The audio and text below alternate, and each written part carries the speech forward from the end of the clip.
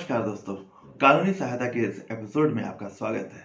मैं हूं एडवोकेट नीतीश सहाय और जैसा कि आप जानते हैं कि मैं अपने वीडियो के माध्यम से आपको कानून की नई नई जानकारियां उपलब्ध कराता रहता हूं। दोस्तों, आज हम बात करेंगे लॉ ऑफ नॉमिनेशन की। आज का वीडियो बहुत ही खास है क्योंकि आप चाहे बैंक में खाता खोल रहे हो, चाहे आप शेयर परचेज कर रहे हो या म्यूचुअल फंड में इन्वेस्ट कर रहे हो या किसी भी तरह का कमर्शियल ट्रांजैक्शन कर रहे हो, वहाँ आपको आजकल एक कॉलम जरूर देखने को मिलता होगा कि नॉमिनेशन वाला कॉलम, अर्थात जिसमें आपको ये डिक्लेयर करना होता है कि आप किसे अपना नॉमिनी बनाएंगे। ये नॉमिनी क्या होता है, नॉमिनी कौन होता है और किसे आप अपॉइंट कर सकते हैं। आज के वीडियो में हम इन्हीं सब बातों की जानकारी लेंगे। दोस्तों, आज के वीडियो में हम ये जानेंगे कि नॉमिनी कौन होता है, साथ ही साथ लीगल एयर कौन होता है, नॉमिनी और लीगल एयर में क्या डिफरेंस होता है, और साथ ही साथ ये भी जानेंगे कि अगर कोई व्यक्ति को नॉमिनेशन कर दिया जाए तो क्या वो प्रॉपर्टी का मालिक हो सकता है या लीगल एयर उस नॉमिनी के अगेंस्ट में भी प्रॉपर्टी अक्वायर कर सकते हैं। तो चलिए दोस्तों, वीडियो शुरू करते हैं। वीडियो शुरू करने से पहले मैं एक बार फिर आपसे रिक्वेस्ट करूंगा कि अगर आपने मेरे चैनल को अभी तक सब्सक्राइब नहीं किया है तो कृपया इसे सब्सक्राइब कर ले ताकि आपको लीगल जानकारी के ऐसे ही वीडियो हमेशा मिलते रहें। धन्यवाद। तो दोस्तों, चलिए सबसे पहले शुरू करते हैं कि नॉमिनी कौन हो सकता है या कौन होता है। दोस्तों, नॉमिनी हमारे प्रॉपर्टी का एक ट्रस्टी होता है जिसे हम अपॉइंट करते हैं कि इन केस ऑफ डेथ वो प्रॉपर्टी ओवर का वो रिसीवर बन करके वो रिसीव कर ले और फिर सब्सिक्वेंटली उस प्रॉपर्टी का proper distribution among the legal heirs किया जा सके। तो दोस्तों, इससे ये क्लियर होता है कि नॉमिनी प्रॉपर्टी का कंज्यूमर नहीं होता है बल्कि वो उसका रिसीवर होता है, यानी वो प्रॉपर्टी को रिसीव कर सकता है। फॉर एग्जाम्पल, अगर किसी का बैंक में कोई अकाउंट है और उसकी डेथ हो जाती है तो ऐसे केस में अगर उसने नॉमिनेशन वाला कॉलम भरा है और किसी को नॉमिनी अपॉइंट कर दिया है तो बैंक ज़्यादा इंक्वायरी और ज़्यादा कुछ डॉक्यूमेंटेशन का वो झंझट नहीं करेगी, बल्कि जो नॉमिनी है उसका वो बस प्रॉपर आइडेंटिफिकेशन लेने के बाद वो प्रॉपर्टी या वो पैसा वो नॉमिनी को हैंड ओवर कर देगी, सो दैट कि फिर वो नॉमिनी अपना वो जितने भी लीगल एयर्स हैं उनके बीच वो डिस्ट्रीब्यूट कर सकता है। लेकिन अगर किसी व्यक्ति ने नॉमिनी अपॉइंट नहीं किया है तो ऐसे केस में फिर बैंक के पास भी कोई चारा नहीं रहता है सिवाय इसके कि वो जो लीगल एयर्स हैं उनसे उनका प्रॉपर आइडेंटिफिकेशन ले, और इसके लिए कभी कभी बैंक सक्सेशन सर्टिफिकेट तक मांग लेती है। तो अगर वहाँ नॉमिनी अपॉइंटेड होगा तो उसमें वो सक्सेशन सर्टिफिकेट नहीं मांगेगी और अमाउंट सीधा सीधा नॉमिनी को हैंड ओवर कर दिया जाएगा। अब हम बात करते हैं कि लीगल एयर फिर कौन होते हैं। दोस्तों, ये जो नॉमिनी अपॉइंट करने का जो प्रोविजन है वो सिर्फ और सिर्फ अकाउंट होल्डर को फैसिलिटेट करने के लिए एक प्रोविजन बनाया गया है, और जिसके तहत वो इन केस ऑफ डेथ, अगर बिना किसी अरेंजमेंट किए ही अगर उसकी प्रीमैच्योर डेथ हो जाती है तो ऐसे केस में नॉमिनी को वो प्रॉपर्टी सुपुर्द किया जा सकता है, किंतु नॉमिनी उसको कंज्यूम नहीं कर सकता है। उसको कंज्यूम करने का राइट उसके लीगल एयर्स को होता है, और लीगल एयर्स वो होते हैं जो उसके फैमिली मेंबर्स या स्पाउस या पेरेंट्स, ये सब उसके लीगल एयर्स हो सकते हैं जो as per Indian succession act में जिनका प्रावधान दिया गया है।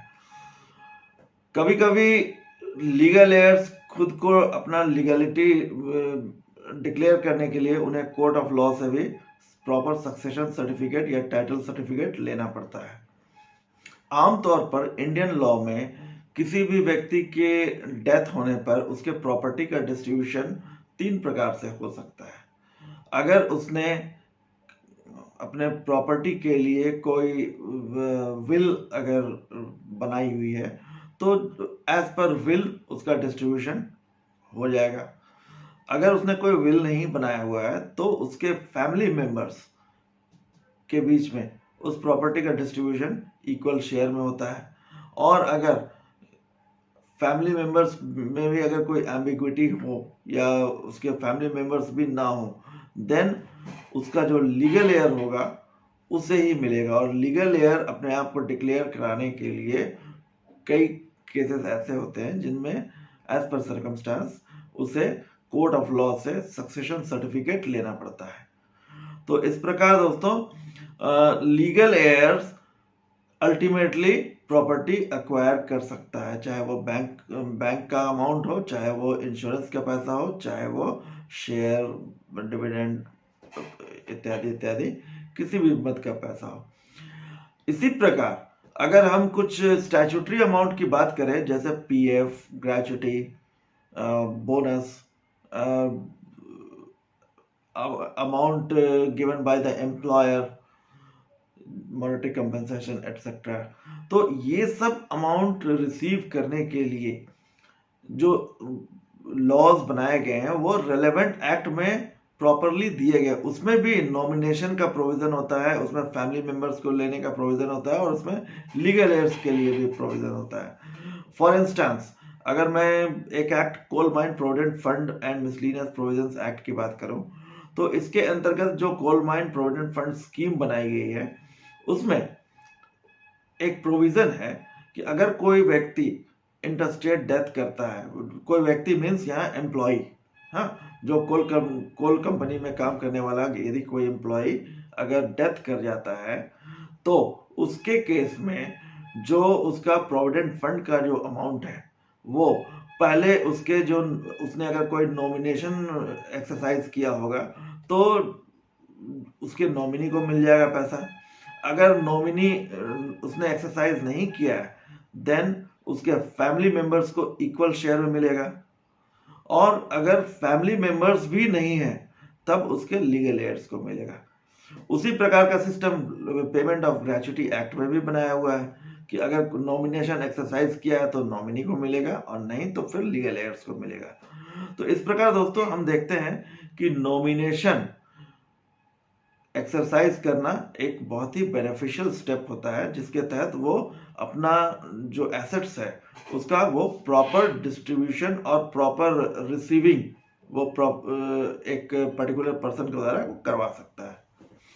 अब दोस्तों बात करते हैं कि नॉमिनी और लीगल एयर्स के बीच में क्या डिफरेंस होता है।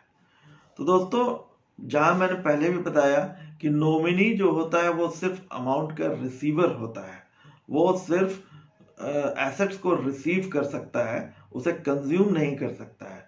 और अगर कंज्यूम करेगा भी तो सिर्फ अपना शेयर को कर सकता है। अर्थात अगर मान लीजिए कि फॉर एग्जांपल अगर किसी फैमिली में एक व्यक्ति के 5 बच्चे हैं और उसने किसी एक बच्चे को अपना नॉमिनी बना दिया है तो वो एक बच्चा रिसीव करेगा और रिसीव करने के बाद बाकी 4 अपने भाई बहन जो हैं उसके उनके बीच वो अमाउंट को डिस्ट्रीब्यूट करेगा और अपना शेयर जो होगा वो उसे कंज्यूम कर सकता है। बाकी के जो 4 शेयर हैं वो उसे अपने बाकी के लीगल एयर्स यानी बाकी के जो लीगल एयर्स यानी उसके भाई बहन उनमें वो उसे डिस्ट्रीब्यूट करेगा। तो दोस्तों उम्मीद करता हूं कि नॉमिनी और लीगल एयर्स के बीच का डिफरेंस आप समझ गए होंगे।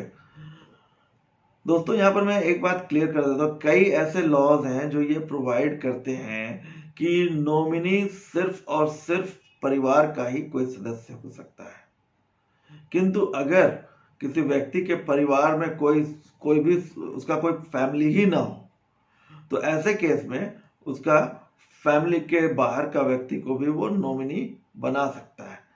किंतु अगर नॉमिनेशन बनाने के बाद अगर सब्सिक्वेंटली उसने फैमिली एक्वायर कर लिया तो पिछला नॉमिनेशन ऑटोमेटिकली नल वॉइड हो जाता है और उसे फिर से अपना नॉमिनेशन एक्सरसाइज करना होता है।